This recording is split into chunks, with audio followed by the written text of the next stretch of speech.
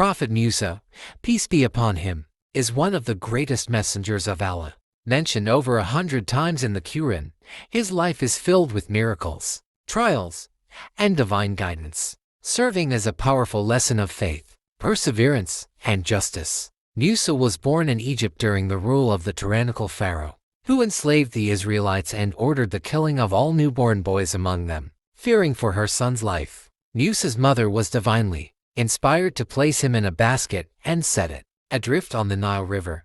By Allah's will, he was found by Pharaoh's wife, Asia, who convinced Pharaoh to adopt him as their own. Musa was raised in the palace, growing up with wisdom, strength, and a deep sense of justice. As he matured, Musa witnessed the oppression of his people. One day, in an attempt to defend an Israelite from an oppressive Egyptian, he unintentionally killed the oppressor. Realizing the danger, he fled Egypt and traveled to Madian, where he found refuge with a righteous man and later married his daughter. He spent years in exile as a shepherd, living a humble and peaceful life. One day, while traveling back to Egypt with his family, Musa saw a burning bush on Mount Tur.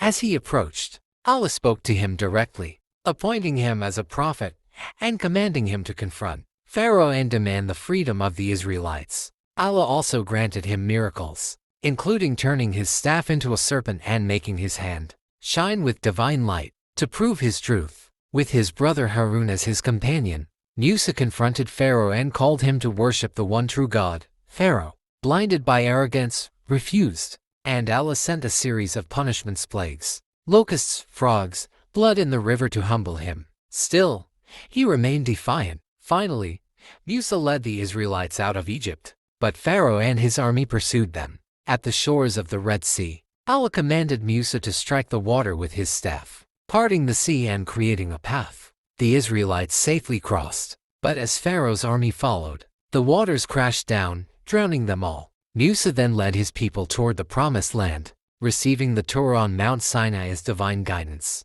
However, the Israelites often wavered in faith, even worshipping a golden calf in his absence. Despite their disobedience, Musa remained steadfast, always guiding them back to Allah's path. Towards the end of his life, Musa approached the borders of the Promised Land but was not permitted to enter. Instead, Allah allowed him to see it from a distance before he passed away. His exact place of burial remains unknown. His story remains one of unwavering faith, patience, and trust in Allah's wisdom. May Allah grant us the strength to follow his example and remain steadfast in our faith.